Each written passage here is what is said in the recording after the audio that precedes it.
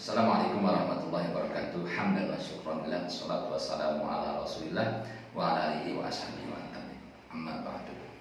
Qala Nabiyyuna sallallahu alaihi wasallam, man bana lillahi masjidan banallahu lahu baitan fil jannah.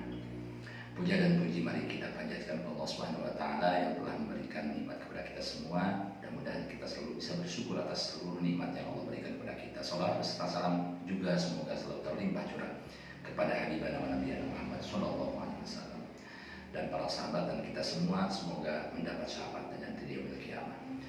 Hadirin yang berbahagia, pada kesempatan yang berbahagia ini izinkan saya untuk mengupas satu hadis Rasulullah SAW tentang pembangunan masjid. Hadis itu berbunyi begini. Ini adalah hadis riwayat Utsman bin Affan, ya. Utsman bin Affan diriwayatkan dalam hadis Bukhari Muslim. Kalimatnya, man bana lillahi masjidan banallahu lahu baitan fil jannah. Secara harfiah maknanya, siapa saja yang membangun masjid karena Allah, maka Allah akan membangunkan baginya rumah di surga, istana di surga. Mari kita kupas dengan pendekatan pertama, pendekatan lafaz, pendekatan makna, pendekatan murad, pendekatan arti, dan pendekatan bukti. Pertama, secara lafaz, ya, lafaz masjid. Kita fokus pada lafaz masjid. Masjid adalah isim makan atau keterangan tempat dari kata sajadah sujudu.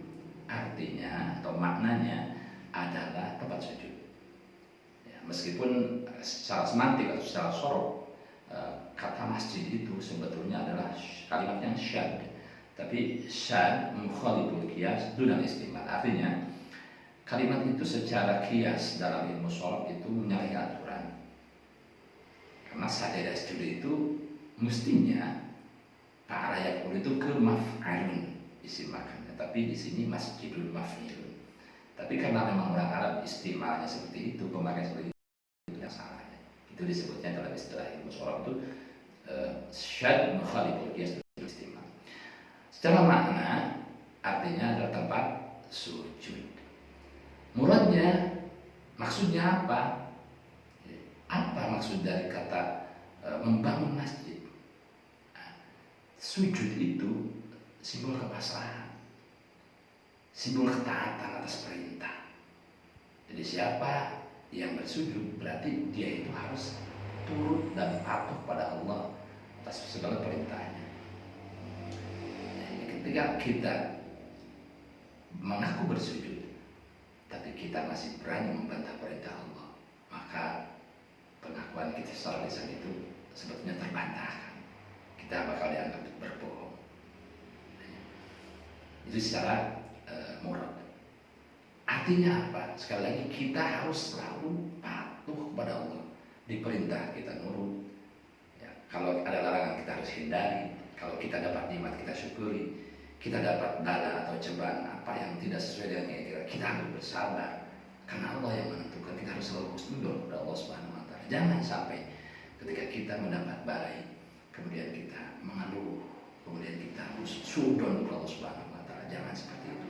Itu tandanya berarti kita tidak sujud, tidak patuh pada Allah Subhanahu wa taala. Makanya lah dalam sebuah diskusi dikatakan, man lam yahdu bi qadari wa lam yashkur ala na'mai wa lam yasbir ala balai wal yaqdu rabban siwari wal yakhruj min tahti samai. Siapa saja yang tidak ridho dengan qada dan kepastian yang aku berikan, tidak bersyukur kepada nikmat yang aku berikan, tidak bersabar atas bala yang aku berikan, maka hendaknya dia mencari Tuhan selain aku dan keluarlah dari bawah langitku. Seperti itu, ya. Nah, kemudian bagaimana sikap kita atau pembuktian kita? Nah, buktikan makna sujud itu dalam kehidupan kita. Kita jangan pernah mengeluh, jangan pernah berani menentang perintah Allah SWT sepanjang hidup kita. Ketika kita membantah perintah Allah SWT, maka kita akan dihinakan oleh Allah SWT. Semakin kita merunduk patuh, merendah di hadapan Allah, maka Allah akan memuliakan kita. Dalam hadis dikatakan, man tawadhu'a rafa'allah wa man takabbara wada'allah. Siapa yang bertawadhu, siapa yang merendah di hadapan Allah, Allah akan memuliakan. Tapi sebaliknya, siapa yang takabur, yang sombong, tidak patuh pada Allah, Allah akan hinakan dia.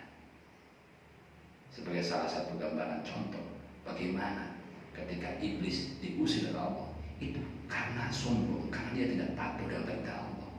Wa idh qulna lil malaikati isjudu li Adam fasajadu illa iblis aba wastakbara wa kana minal kafirin.